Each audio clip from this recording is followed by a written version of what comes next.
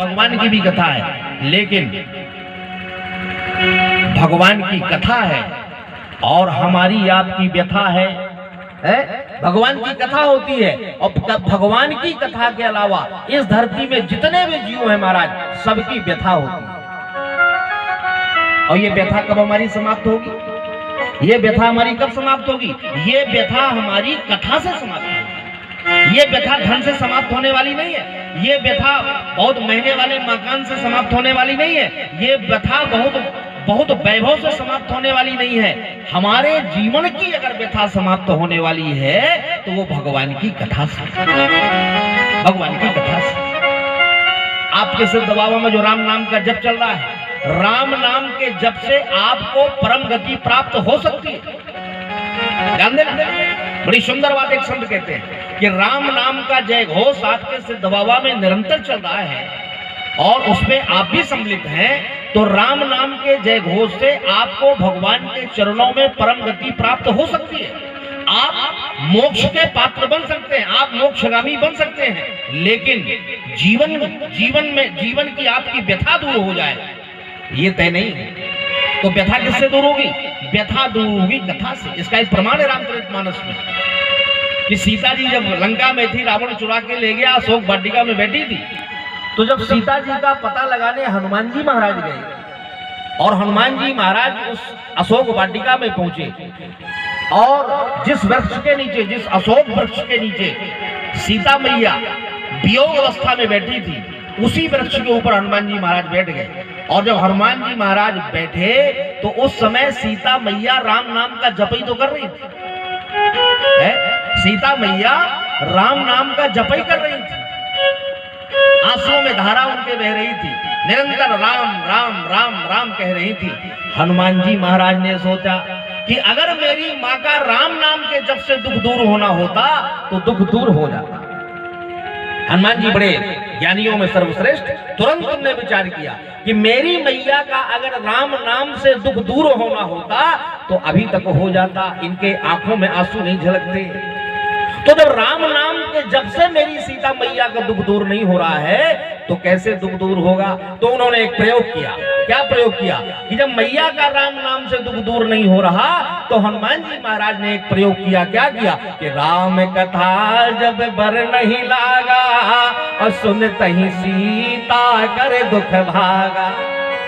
एक प्रयोग किया कि जब राम नाम से सीता जी का दुख दूर नहीं हो रहा तो चलो भैया राम जी की कथा सुनाए, शायद कथा से दुख दूर हो जाए। तो सुनते ही सीता करे दुख भागा।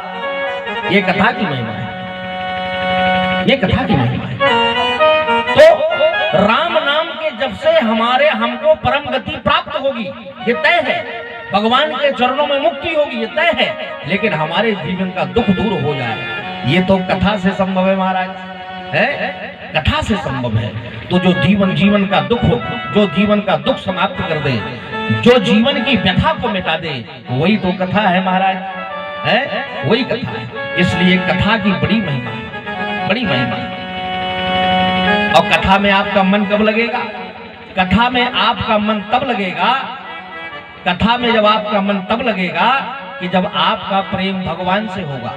जो जितना प्रेमी भगवान का है, जो जितना अनुरागी भगवान का है, उसका मन उतना ही कथा में रमता है महाराज। और अगर भगवान के प्रति हमारे हृदय में स्नेह नहीं, प्रेम नहीं, तो कथा में हमारा मन नहीं लगेगा, भगवान की कथा भी रूखी लगेगी।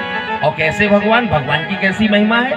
भागवत जी में व्यास जी ने लिखा, जिस भगवान की कथा सुनने हम आप बैठे हैं, जिस कृष्ण जी की कथा को सुनने के हम आप बैठे हैं, ऐसे कृष्ण जी का स्वभाव कैसा है, ऐसे कृष्ण जी का स्वरूप कैसा है, ऐसे कृष्ण जी का आचरण कैसा है। जब तक भागवत कथा के नायक, भागवत कथा के महानायक भगवान श्री कृष्ण का परिचय हम नहीं ले लेते, तब तक हमारा भागवत कथा में मन नहीं लगेगा। और भागवत कथा के नायक भगवान श्री कृष्ण का परिचय ही तो भागवत के महात्म्य में दिया गया। व्यास जी ने भागवत के महात्म्य का जो पहला श्लोक है, बड़ा सुंदर महाराज भाव दिया, बड़ा सुंदर महत्व दिया। और कहने लगे व्यास जी कि सच्चिदानंद रूपाय विश्वोत्पत्त्यादि हेतवे अत्रापत्रय विनाशाय श्री कृष्णाय वयं नमः। और महाराज और आगे कथा बढ़ी कि अज्ञान द्वारंतो विध्वंस अकोटि सूर्य समप्रभा अश्रुताख्यायि कथा सारं मम कर्ण रसायनम् मम कर्ण मम करुणरसायनं मम करुणरसायनं। भगवान का स्वरूप कैसा है? जिस भगवान की हम कथा सुनने जा रहे हैं उनका स्वरूप कैसा है? तो सच्चिदानंद रूप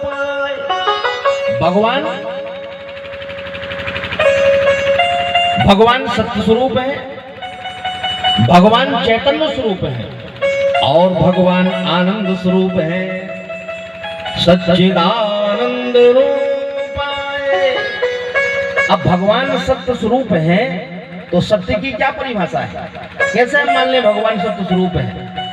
तो महाराज व्यास जी ने सत्य की परिभाषा लिखा। भगवान सत्य स्वरूप है वो कैसे है और सत्य की क्या परिभाषा होती है? तो सत्य की परिभाषा है कि जिसकी सत्ता तीनों कालों में बराबर बनी रहे वही तो सत्य है। जिसकी सत्ता तीनों कालों में बराबर बनी रहे वही तो सत्य है महाराज। और हमारी आपकी सत्ता बनी रह सकती है क्या? ना। दूसरा उदाहरण दिया। सत्य क्या है? जिसके अधीन सारी प्रकृति है, जिसके अधीन सारी प्रकृति है वही तो सत्य है। और जो प्रकृति के अधीन है वो असत्य है, वो असत्य है। जब ये संसार नहीं था तब भी वो सत्ता थी जिसको हम कृष्ण कहते हैं। जब ये संसार है तब भी वो सत्ता है जिसको हम कृष्ण कहते हैं। और जब ये संसार नहीं रहेगा तब भी ये सत्ता रहेगी जिसको हम कृष्ण कहते हैं। और ये सत्ता कैसी रहती है? ये सत्ता कैसी रहती है? करार विंदेन और नपदार विंदम अमुखार विंदेन और विनशेषयन्तम अबटस पत्रस पुटये शयानम आरम मुकुंदम मनसा ईश्वरामि आरम मुकुंदम मनसा ईश्वरामि। वो सत्ता कैसी है? जब सारे संसार का लय हो जाता है महाराज, सारे संसार में जब पानी भर जाता है, यहाँ तक कि सूर्य और चंद्रमा भी डूब जाते हैं, तो वो सत्ता जिसको हम कृष्ण कहते हैं, बटस पत्रस पुटये शयानम बालम मुकुंदम मनसा स्मरामि। ये सत्ता अंगुष्ठ मात्र की हो जाती है। और अंगुष्ठ मात्र की जब ये सत्ता होती है तो एक बरा के पत्ते के ऊपर ये सत्ता लेट जाती है और वह बरा का पत्ता महाराज सारे जल में और भगवान को विहार करवाता रहता है। कब? जब इस सृष्टि का लय हो जाता है तब है। तो सत्य की परिभाषा क्या? कि जिसकी सत्ता तीनों कालों में बराबर रहे वही तो सत्य है महाराज, है वही तो सत्य है। और तीनों कालों में सत्ता तो भगवान की ही रहती है। हमारा आपका सारा जीवन प्रकृति के अधीन है।